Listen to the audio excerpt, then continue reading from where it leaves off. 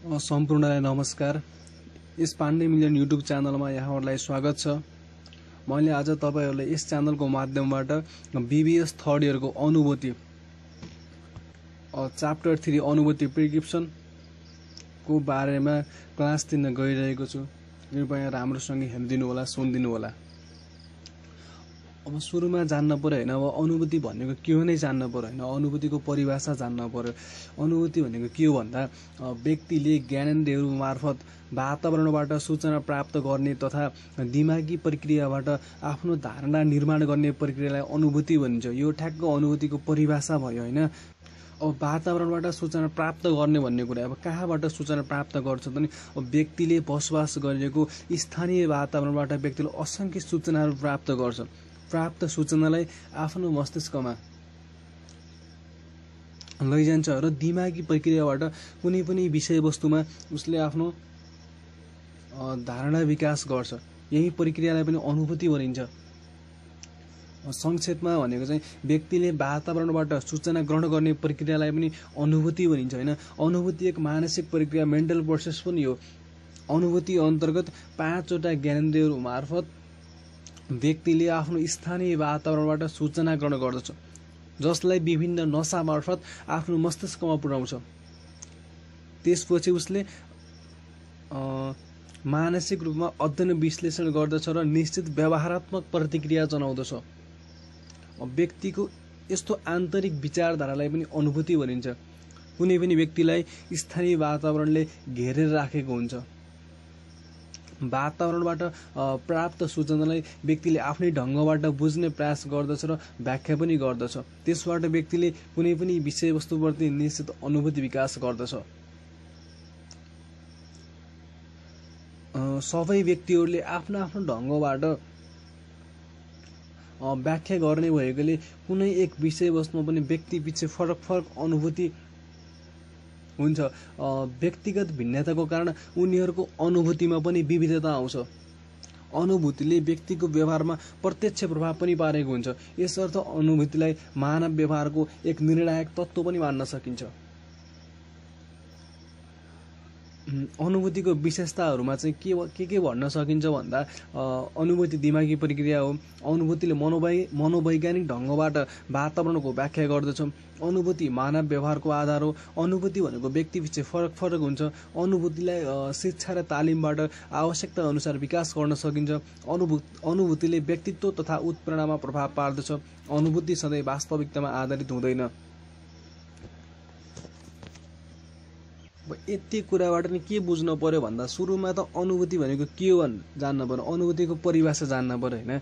जस्तो अनुभूतिको परिभाषामा चाहिँ 2 लाइन मात्र लेख्दै हुन्छ। व्यक्तिले ज्ञानेन्द्रियहरू मार्फत वातावरणबाट सूचना प्राप्त गर्ने तथा दिमागी प्रक्रियाबाट आफ्नो धारणा निर्माण गर्ने प्रक्रियालाई अनुभूति भनिन्छ। अनुभूति एक दिमागी प्रक्रिया हो। अब यो अनुभूतिको अवधारणा हेरिसकेपछि अब अर्को हेरौँ अनुभूति प्रक्रिया। अनुभूति प्रक्रिया प्रिस्क्रिप्सन प्रोसेस। अब हामीले अगाडि पनि भनियो अनुभूति एक दिमागी प्रक्रिया होइन। अनुभूति प्रक्रिया अन्तर्गत व्यक्तिले आफ्नो ज्ञानेन्द्रियहरू मार्फत स्थानीय वातावरणबाट सूचना सङ्कलन गर्दछ र यसलाई संगठन र व्याख्या गरी नयाँ धारणा विकास गर्दछ। यस अन्तर्गत उत्तेजक, छनौट, संगठन र व्याख्या तथा आवेश र व्यवहार गरी 4 प्रक्रियाहरू पर्दछन्। अब यसलाई विस्तृत रूपमा यसरी हेरौँ। फर्स्टमा उत्तेजक छ। उत्तेजक एउटा वातावरणीय तत्त्व हो। मानिसको वातावरणमा अनेक उत्तेजकहरू रहेका हुन्छन्, अर्थात् मानिस बसोबास गरेको स्थानीय वातावरणमा अनेक उत्तेजक तत्त्वहरू रहेका हुन्छन्। वातावरणबाट निरन्तर रूपमा सयौं सूचनाहरू उक्त व्यक्तिमाथि पनि प्रभाव भइरहेका हुन्छन्। व्यक्तिमा रहेका 5 ज्ञानेन्द्रियहरूले ती सूचनाहरू ग्रहण गर्दछ। 5 ज्ञानेन्द्रियहरू मार्फत भनेको स्पर्शबाट, दृश्यबाट, स्वादबाट, श्रव्यबाट, गन्धबाट। अब त्यस्तै आन्तरिक उत्तेजकले पनि व्यक्तिलाई सूचना प्रभाव गर्दछ हैन। जस्तै यस अन्तर्गत भोक बढ्छ, प्यास, तनाव, शारीरिक पीडा, चोट, रोग आदि पर्दछन्। यस प्रकार अनुभूति प्रक्रियाको पहिलो चरणमा वातावरणबाट व्यक्तिले उत्तेजक तत्त्वहरू सूचनाको रूपमा ग्रहण गर्छ हैन। त्यसपछि अर्को प्रक्रिया छ छनौट। अनुभूति प्रक्रियाको दोस्रो महत्त्वपूर्ण चरण भनेको छनौट हो। कुनै पनि व्यक्तिले वातावरणबाट असंख्य सूचनाहरू आफ्नो ज्ञानेन्द्रियहरू मार्फत प्राप्त गरिरहेको हुन्छ। ती सूचनाहरू मध्येबाट आफूलाई आवश्यक पर्ने महत्त्वपूर्ण र विशिष्ट सूचना मात्र मस्तिष्कले ग्रहण गर्दछ र बाँकी सम्पूर्ण सूचना उसले बेवास्ता गर्दछ। यसैलाई छनौट प्रक्रिया भनिन्छ। जस्तै उदाहरणको लागि हामीले कक्षा कोठामा पढिरहँदा अर्थात् शिक्षकले कक्षा कोठामा पढाइरहँदा सबै विद्यार्थीहरूले शिक्षकले बोलेको ज्ञानको कुराहरू मात्र ग्रहण गर्छ। तर कक्षा कोठाबाट बाहिर पनि विभिन्न किसिमको हल्लाहरू आइरहेको हुन्छ, जस्तो कुकुर कराएको आवाज आइरहेको हुन्छ, गाडीको आवाज आइरहेको हुन्छ, त्यस्तै अरू हल्लाहरू आइरहेको हुन्छ। विद्यार्थीले शिक्षकले बोलेको कुरा मात्र ग्रहण गर्छ, ताकि अरू बाहिरको कुरा ग्रहण गर्दैन। यही पनि एउटा सिलेक्सन प्रोसेस छनौट प्रक्रिया हो। मानिसको छनौट प्रक्रियामा फेरि विभिन्न कुराहरूले पनि प्रत्यक्ष रूपमा प्रभाव पारेको हुन्छ। जस्तै आकारले प्रभाव पारेको हुन्छ, ग्रहणताले, भिन्नताले, जान पहिचानताले, महानताले, गति र पुनरावृत्तिले छनौट प्रक्रियालाई प्रभाव पारेको हुन्छ। अनि तेस्रोमा छ संगठन र व्याख्या, अर्गनाइजेसन एन्ड इन्टरप्रिटेसन। संगठन र व्याख्या होइन। अब ज्ञानेन्द्रियहरू मार्फत मस्तिष्कमा प्राप्त भएको सूचनालाई अनुभूति प्रक्रियाको तेस्रो चरणमा पुगेपछि यसलाई व्यवस्थित रूपमा सङ्गठित गरिन्छ। यस अन्तर्गत सूचनाको प्रकृति अनुरूप बाँडफाँड गरिन्छ र आपसमा समन्वय गरिन्छ।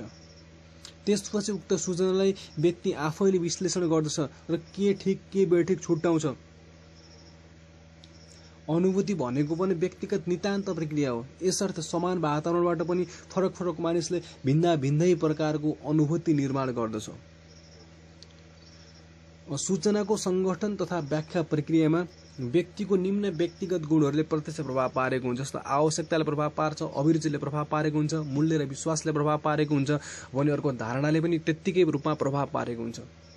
चौथो छ आवेग तथा व्यवहार, इमोसन एन्ड बिहेभियर। आवेग तथा व्यवहार भनिन्छ होइन। अब आफ्नै ढङ्गबाट सूचनाको व्याख्या गरेपछि अनुभूति प्रक्रियाको अन्त्यमा व्यक्तिले अनुभूतिको आधारमा व्यवहारमा प्रतिक्रिया जनाउँछ। अर्थात् उक्त व्यक्तिले प्राप्त गरेको सूचनाबाट त्यो व्यक्तिलाई कस्तो प्रभाव पर्यो त नि भन्ने कुरा व्यवहारमा देखाउँदछ। अब यस अन्तर्गत सूचनाको विश्लेषणको आधारमा मस्तिष्कले निश्चित अनुभूति गर्दछ र मानव अङ्गलाई प्रतिक्रिया जनाउन उसको नसामा आदेश पठाउँछ र मस्तिष्कको आदेश अनुसार मानिसको आँखा, जिब्रो तथा शरीरको अन्य मांसपेशीमा हरकत पैदा हुन्छ, अनुहारको आकृतिमा परिवर्तन आउँछ। यसलाई नै आवेग तथा व्यवहार भनिन्छ। जस्तै कुनै पनि व्यक्तिले कसैको आफ्नो आफन्तजनको मृत्युको खबर सुन्दा उसको अनुहारमा कतिको फरक आउँछ, धेरै फरक आउँछ। उसको अनुहार मलिन हुन आउँछ, आँखाबाट आँसु झर्छ। यसलाई यो पनि एउटा आवेग तथा व्यवहारको उदाहरण हो। जस्तै कुनै विद्यार्थीलाई शिक्षकले गाली गर्दाखेरि विद्यार्थी अलि दुखी भयो जस्तो हुन्छ। यो पनि एउटा आवेग तथा व्यवहारको उदाहरण हो।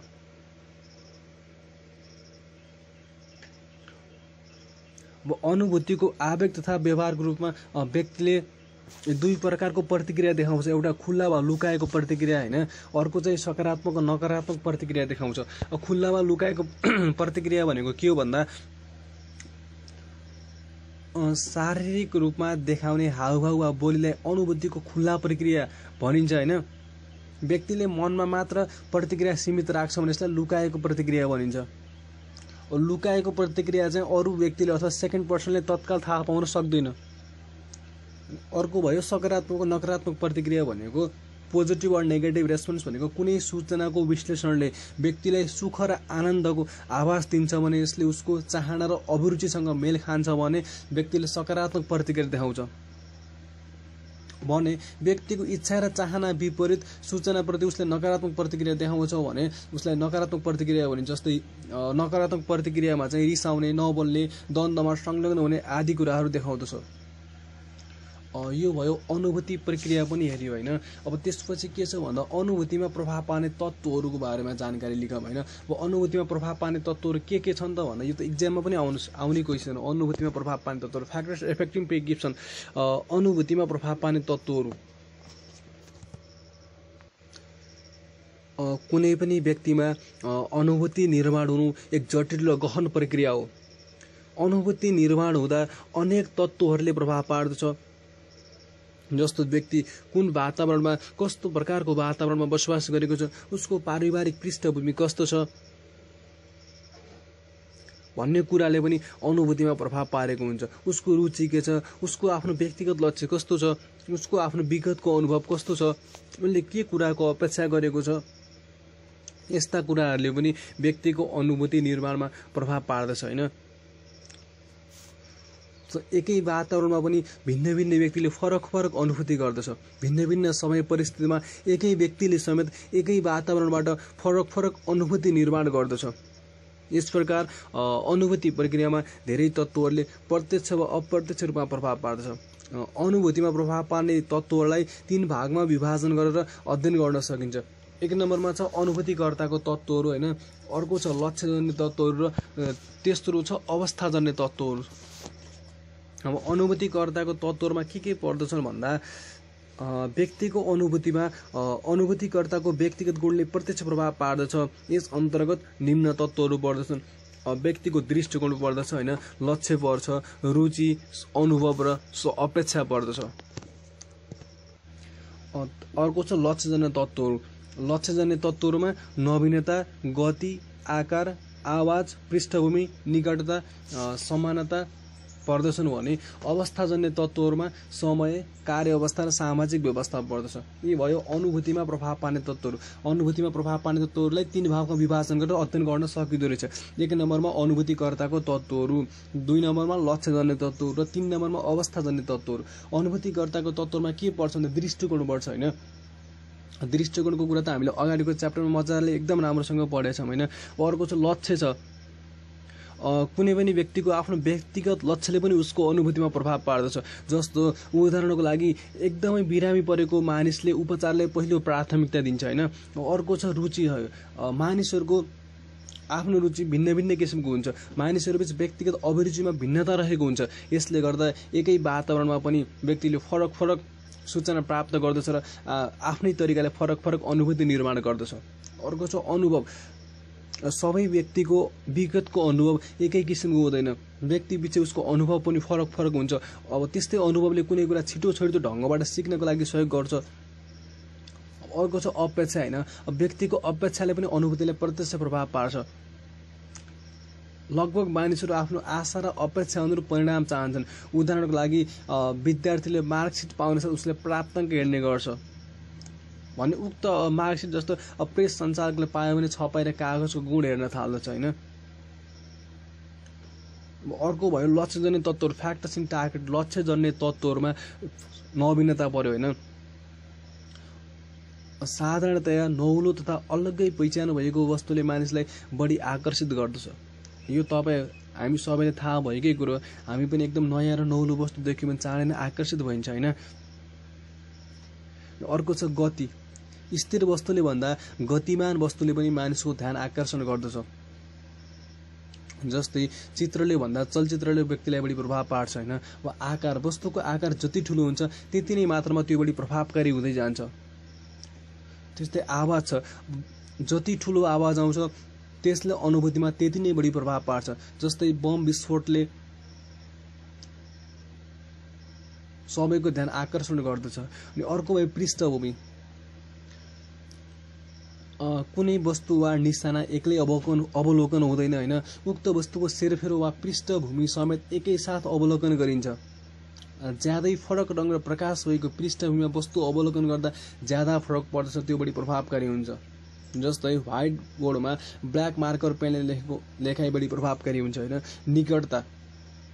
नजिक वस्तुले व्यक्तिलाई बढी प्रभाव पार्छ।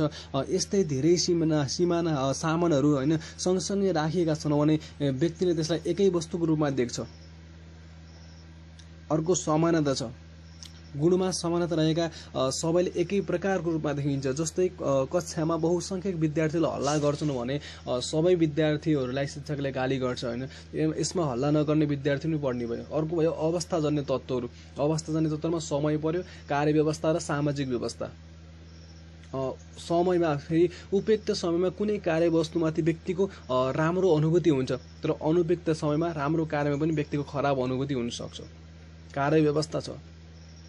व्यवस्थित कार्यले व्यक्तिको अनुभूतिलाई सकारात्मक प्रभाव पार्छ। यसको विपरीत अधिक कार्यभार, ओभरटाइम, न्यून कार्यभार, अन्डरलोड तथा तनावपूर्ण कार्यले व्यक्तिको अनुभूतिमा नकारात्मक प्रभाव पारेको हुन्छ भने सामाजिक व्यवस्था, सोसियल सेटिङ व्यक्तिको अनुभूतिमा समाज वा साथीभाइहरूले पनि प्रत्यक्ष प्रभाव पार्दछ। यो अनुभूतिमा प्रभाव पार्ने तत्त्वहरू चाहिँ हाम्रो बुकमा पनि थोरै दिएको छ। मैले बुकमा भएको कुरा नै भनेको छु होइन, यो इक्जाममा आउने क्वेसन पनि हो। यसको पोइन्ट्सहरू धेरै छ होइन, जान्नु होइन, सम्झिनु पनि धेरै दुःख छैन, एकदम सजिलो छ। अर्को टपिक छ सङ्गठनमा अनुभूतिको विशिष्ट उपयोग, specific application of prescription in organisation. सङ्गठनमा अनुभूतिको विशिष्ट उपयोग भन्ने छ। यो च्याप्टर पनि एकदम इम्पोर्टेन्ट नै छ होइन, यो इक्जाममा आउने खालको क्वेसन हो। यो 15 मार्क्समा पनि आउन सक्छ। यो क्वेसन लङ क्वेसनमा आउने क्वेसन हो यो।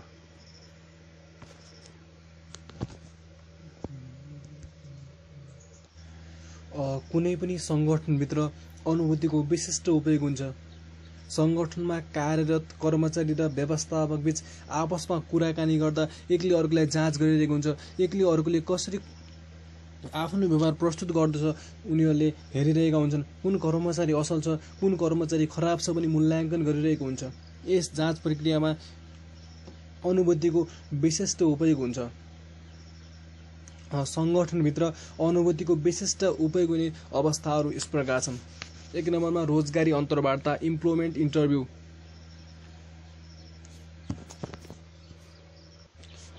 हामी कुनै पनि जागिरको लागि अथवा कुनै पनि कामको लागि अन्तर्वार्ता दिन जाँदा होइन, अन्तर्वार्ताकारले उम्मेदवारको जाँच गर्दा अथवा हाम्रो जाँच गर्दा आफ्नो अनुभूतिको उपयोग गर्दछ। उम्मेदवारको व्यक्तित्व, ज्ञान र व्यवहारको आधारमा उसले उम्मेदवार राम्रो वा नराम्रो भन्ने बारे निश्चित अनुभूति निर्माण गर्दछ। The first impression is the last impression.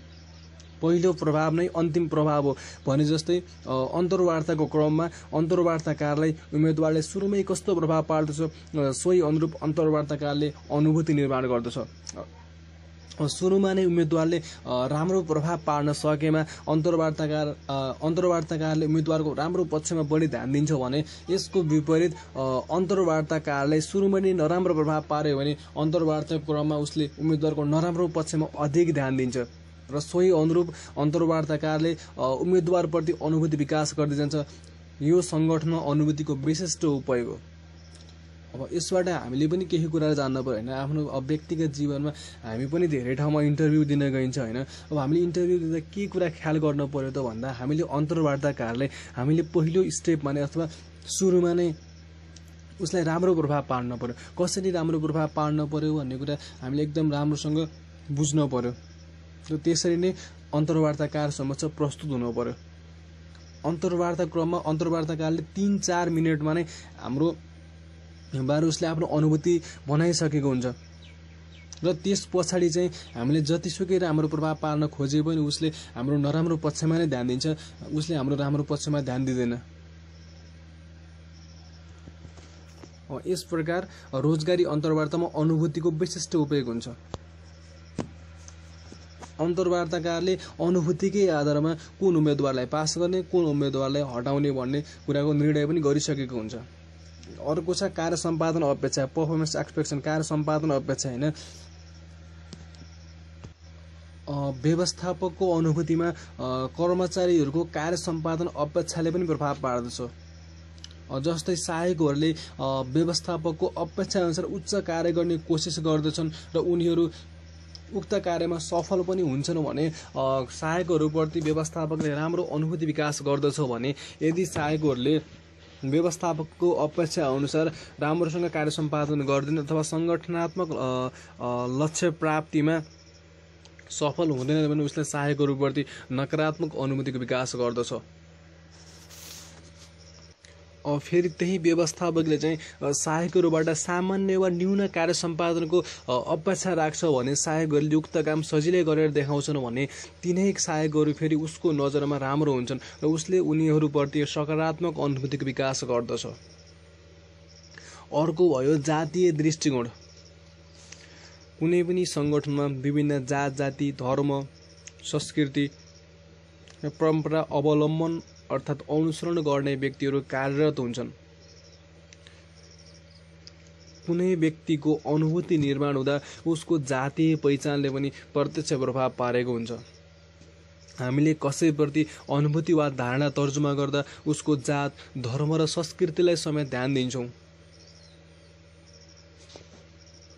नेपालमा अझै पनि जातीय उचनिचको चलन छँदैछ, अझै पनि जातीय भेदभावको चलन छँदैछ। त्यसैले शासकहरूले तल्लो जातको हाकिमलाई सहज रूपमा स्वीकार गरेको देखिँदैन। पुरुष कर्मचारीले महिला व्यवस्थापकलाई हेप्न खोजेको अनुभूति हुन्छ। यसरी सङ्गठनभित्र अनुभूति तर्जुमा हुँदा जातीय भेदभावमा अनुभूतिको उपयोग भएको पाइन्छ। सङ्गठनमा अर्थात् जुनसुकै क्षेत्रमा पनि जातीय भेदभावको कारण समन्वयमा समस्या, मनमुटाव र द्वन्द्व भएको कतिपय प्रमाणहरू भेटिन्छन्। यसले गर्दा आजभोलि सङ्गठनमा मानव व्यवहारको अध्ययन गर्दा जातिगत भिन्नतालाई पनि ध्यान दिन थालेको छ। अर्को छ कार्य सम्पादन मूल्याङ्कन, पर्फर्मेन्स इभ्यालुएसन। कार्य सम्पादन मूल्याङ्कन वास्तवमा कार्य सम्पादन मूल्याङ्कनले कर्मचारीको काम र उत्पादकताको जाँच गर्छन्, तर यस कार्यमा मूल्याङ्कनकर्ताको कर्मचारीप्रति रहेको अनुभूतिले पनि प्रत्यक्ष प्रभाव पार्दछ। वस्तुपरक कार्य सम्पादनको मूल्याङ्कन गर्न त सजिलो हुन्छ होइन। अब यसमा कर्मचारीले गरेको कार्यकै मुनाफा र बिक्रीलाई गणना गरी कार्य सम्पादन मूल्याङ्कन गरिन्छ भने अब विषयगत कार्य सम्पादन मूल्याङ्कन गर्दा चाहिँ गाह्रो हुन्छ। अब विषयगत कार्य सम्पादन मूल्याङ्कन गर्दा कर्मचारीको व्यवहार, व्यक्तित्व गुण र आधारको रूपमा लिइन्छ। अब यस अवस्थामा व्यक्तिको अनुभूतिको प्रभाव अधिक रहन्छ। जस्तै कर्मचारीको कार्य सम्पादन मूल्याङ्कन गर्दा वस्तुपरक कार्य सम्पादन मूल्याङ्कन गर्दा अनुभूतिले त्यति प्रभाव पार्ने भएन होइन। अब विषयगत कार्य सम्पादन मूल्याङ्कन गर्दा चाहिँ व्यवस्थापकको अनुभूतिले पनि प्रभाव पार्ने भयो। 5 नम्बरमा छ कर्मचारी प्रयत्न, इम्प्लोइ इफोर्ट। असल कर्मचारीहरू सङ्गठनको अमूल्य सम्पत्ति हुन्। सङ्गठनमा कार्यरत कर्मचारीहरूको वृत्ति विकासको लागि सङ्गठनले उनीहरूको वृत्ति विकास हुने गरी योजना तर्जुमा गर्नुपर्छ। सङ्गठनमा कर्मचारीको योगदानको आधारमा उनीहरूलाई असल वा खराब छुट्याइन्छ। कुन कर्मचारीले सङ्गठनात्मक लक्ष्य प्राप्तिमा अथवा सङ्गठनको उद्देश्य प्राप्तिमा सबभन्दा बढी महत्त्वपूर्ण योगदान पुर्याएको छ उसलाई असल कर्मचारीको रूपमा हेरिन्छ भने जसले सङ्गठनात्मक लक्ष्य प्राप्तिमा अर्थात् सङ्गठनको उद्देश्य प्राप्तिमा राम्रोसँग योगदान दिन सकेको छैन अथवा दिएको छैन भने उसलाई खराब कर्मचारीको रूपमा हेरिन्छ। सङ्गठनको लक्ष्य प्राप्तिका लागि कर्मचारी कति प्रयत्नशील छ र कति लगनशील छ भन्ने आधारमा नै अनुभूतिको निर्माण गरिन्छ। यस प्रकार सङ्गठनभित्र अनुभूतिको विशिष्ट उपयोग भइरहेको छ। अब सङ्गठनमा अनुभूतिको विशिष्ट उपयोग हुने अवस्थाहरू के रहेछन् भन्दा 1 नम्बरमा रोजगारी अन्तर्वार्ता रहेछ, दोस्रो कार्य सम्पादन अपेक्षा रहेछ, तेस्रो जातीय दृष्टिकोण, चौथो कार्य सम्पादन मूल्याङ्कन र पाँचौं कर्मचारी प्रयत्न। यो इक्जाममा आउन सक्ने क्वेसन हो।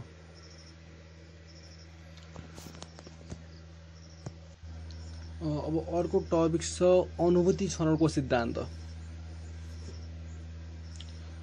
व्यक्तिले स्थानीय वातावरणबाट आफ्नो ज्ञानेन्द्रियहरू मार्फत असङ्ख्य सूचनाहरू ग्रहण गरिरहेको हुन्छ। उक्त सूचनाहरूलाई आफ्नो मानव मस्तिष्कमा पनि निरन्तर प्रभाव गरिरहेको हुन्छ। व्यक्तिले वातावरणबाट उपलब्ध सम्पूर्ण सूचनाहरूमध्ये महत्त्वपूर्ण, प्रभावशाली र आफूलाई आवश्यक पर्ने सूचना मात्र छनौट गर्दछ। अब अनुभूति छनौटका अनेक सिद्धान्तहरू छन् होइन, जसले सूचनाहरू कसरी छनौट वा फिल्टर गर्दछ भन्ने कुराबारे हामीलाई ज्ञान दिन्छ। अनुभूति छनौट सम्बन्धमा प्रमुख सिद्धान्तहरू यस प्रकार छन्। फर्स्टमा तीव्रताको सिद्धान्त। तीव्रताको सिद्धान्त अनुसार उत्प्रेरक तत्त्वको तीव्रता जति बढी हुन्छ त्यति नै मात्रामा अनुभूति प्रक्रिया अधिक प्रभावकारी हुन्छ। जस्तै धेरै उज्यालो प्रकाश, भूकम्प, हाकिमको ठुलो आवाजले व्यक्तिको अनुभूति प्रक्रियामा अधिक प्रभाव पारेको हुन्छ। अर्को आकारको सिद्धान्त। व्यक्तिगत अनुभूतिलाई उत्प्रेरक तत्त्वहरूको आकारले पनि प्रत्यक्ष प्रभाव पार्दछ। यस सिद्धान्त अनुसार सामान्यभन्दा ठुलो आकारको उत्प्रेरक तत्त्वले अनुभूतिलाई अधिक प्रभाव पार्दछ। जस्तै पिरामिड, सगरमाथाले तुलनात्मक रूपमा व्यक्तिलाई अधिक आकर्षण गर्दछ। अर्को भयो भिन्नताको सिद्धान्त। उत्प्रेरक तत्त्वको भिन्नताले पनि अनुभूति प्रक्रियामा प्रत्यक्ष प्रभाव पारेको हुन्छ। जस्तै गोरा मान्छेहरूको समूहमा एउटा कालो मान्छे आएर बस्यो भने सबैको नजर त्यो कालो मान्छेप्रति हुन्छ।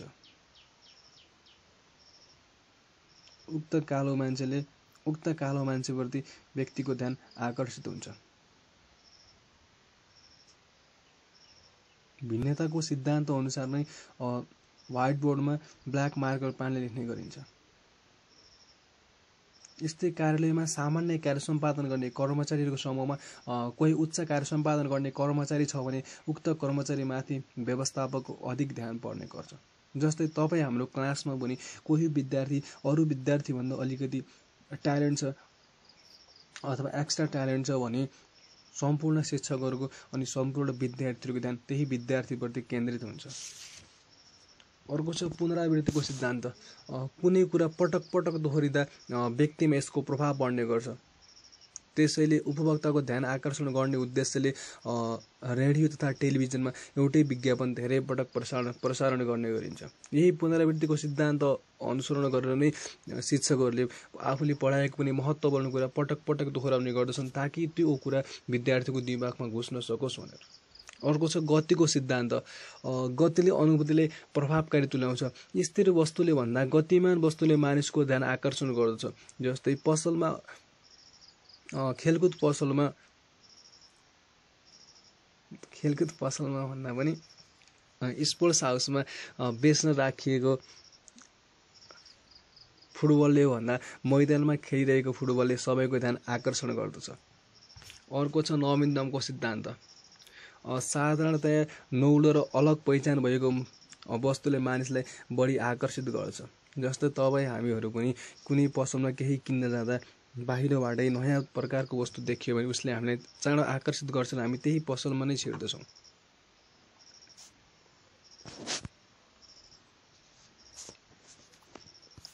यी भयो अनुभूति छनौटको सिद्धान्तहरू भयो होइन। अर्को टपिक छ सङ्गठनमा अनुभूति सिद्धान्तको उपयोग पनि अघि हेरिसकियो। सङ्गठनमा अनुभूति सिद्धान्तको उपयोग भन्ने कुरा त्यही अगाडि हेरेको त्यही हो। के हो भन्दा रोजगारी अन्तर्वार्ता, कार्य सम्पादन अपेक्षा, जातीय दृष्टिकोण, कार्य सम्पादन मूल्याङ्कन, कर्मचारी प्रयत्न यी पाँचवटा कुराहरू हुन्।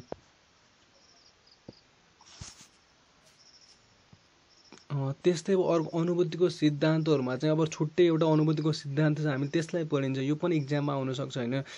एउटा आरोपण सिद्धान्त भन्ने छ। यसलाई हामीले छुट्टै विस्तृत रूपमा अध्ययन गरिन्छ। अट्रिब्युसन थ्योरी, आरोपण सिद्धान्त। आरोपण सिद्धान्त एक महत्त्वपूर्ण सिद्धान्त हो जसलाई सङ्गठनमा कर्मचारी उत्प्रेरणामा उपयोग गर्न सकिन्छ। आरोपण सिद्धान्त उपयोगबाट सङ्गठनमा मानव व्यवहारबारे तथ्य जानकारी पाउन सकिन्छ। मानव व्यवहारलाई के कस्ता तत्त्वहरूले कसरी प्रभाव पार्दछ भन्ने कुरा आरोपण सिद्धान्तबाट प्रष्ट हुन्छ। वास्तवमा आरोपण सिद्धान्तलाई मनोविज्ञानको एक महत्त्वपूर्ण पक्ष मानिन्छ। यसले सङ्गठनमा कार्यरत कर्मचारीहरूलाई लक्ष्य, व्यवहार तथा उत्प्रेरक तत्त्वहरूबारे जानकारी दिन्छ। यसैको आधारमा कर्मचारीलाई प्रभावकारी ढङ्गबाट मोटिभेट गर्न सकिन्छ। मानव व्यवहारको गहन जानकारी पाउनु नै आरोपण सिद्धान्तको मूल लक्ष्य हो। यस सिद्धान्तको मूल सार नै मानव व्यवहारलाई प्रभाव पार्ने निश्चित कारक तत्त्व हुन्छ भन्ने हो। उक्त कारक तत्त्व पत्ता लगाउन सकेमा मानव व्यवहारको पूर्वानुमान गर्न धेरै सहज हुन्छ। यस सिद्धान्त अनुसार बिना कारण मानिसले कुनै व्यवहार प्रकट गर्दैन, अर्थात् मानव व्यवहारको पछाडि उत्प्रेरक तत्त्व आवश्यक हुन्छ। आरोपण सिद्धान्त एक धारणागत प्रक्रिया पनि हो जसमा आन्तरिक आरोपणका बाह्य आरोपणले मानव व्यवहारलाई आरोपण प्रक्रिया एक धारणागत प्रक्रिया पनि हो जसमा आन्तरिक आरोपण वा बाह्य आरोपणले मानव व्यवहारलाई कसरी प्रभाव पार्दछ भनी व्याख्या गर्दछ। अब आन्तरिक आरोपण अन्तर्गत व्यक्तिगत तत्त्वहरू पर्दछन् भने बाह्य आरोपण अन्तर्गत वातावरणीय तत्त्वहरू पर्दछन्। व्यक्तिगत सिप योग्यताबाट सिर्जना भएको व्यवहारलाई आन्तरिक आरोपणको रूपमा व्याख्या गरिन्छ। जस्तै उदाहरणलाई कुनै कर्मचारीले खराब कार्य सम्पादन गर्दछ भने यो व्यक्तिको सिप वा योग्यतामा रहेको कमीको कारण सृजित व्यवहारको रूपमा व्याख्या गर्नुपर्छ होइन। अब यसको विपरीत स्रोत र साधनको कमीको कारण व्यक्तिले खराब कार्य सम्पादन गर्छ भने यो वातावरणीय तत्त्वको कमीको कारण सृजित व्यवहारको रूपमा व्याख्या गर्नुपर्छ। आरोपण सिद्धान्तले वातावरणमा रहेका उत्प्रेरक तत्त्वहरूको बारे सूचना ग्रहण गर्छ र उपलब्ध सूचनाको विश्लेषण गर्नमा पनि सहयोग गर्छ। मानिसले कसरी अरूलाई मूल्याङ्कन गर्दछ भन्नेबारे आरोपण सिद्धान्तले व्याख्या गर्छ। व्यक्तिको व्यवहारमा बाह्य वा आन्तरिक तत्त्वमध्ये कुन तत्त्वले अधिक प्रभाव पारेको छ भन्ने सम्बन्धमा आरोपण सिद्धान्तका 3 नियमहरू छन्। एउटा छ एकरूपताको सिद्धान्त, अर्को विशिष्टताको सिद्धान्त र अर्को समानताको सिद्धान्त। अब एकरूपताको सिद्धान्तले के भन्छ भन्दा एकरूपता भन्नाले हरेक पटक भिन्नता नआउने गरी एक प्रकारको काम वा व्यवहार देखाउनलाई जनाउँछ। जस्तो सङ्गठनमा कुनै पनि कर्मचारीहरूको व्यवहारमा एकरूपता छ वा छैन जाँच गर्नको लागि व्यवस्थापकले कर्मचारीहरूको विगतको व्यवहारको अभिलेख राख्नुपर्छ अथवा विगतको अभिलेखको जाँच गर्नुपर्छ। उदाहरणको लागि कुनै कर्मचारी 1 महिनामा 1-2 पटक मात्र 10 मिनट ढिला कार्यालय आएको अभिलेख छ भने उक्त कर्मचारीको नियमित समयमा आउने व्यवहारमा उच्च एकरूपता छ, अर्थात् उस समयमा कार्यालय आउने कर्मचारीको रूपमा नै लिनुपर्छ। उसमा नियमित समयमा कार्यालय आउने अधिक एकरूपता छ। यो व्यक्तिको आन्तरिक तत्त्व जस्तै कटिबद्धताको प्रभाव हो र कहिलेकाहीँ कार्यालय ढिला आउने न्यून एकरूपता बाह्य वातावरणीय तत्त्व जस्तै ट्राफिक ज्याम, हडताल आदिको कारण हुन सक्छ। अर्को छ विशिष्टताको सिद्धान्त।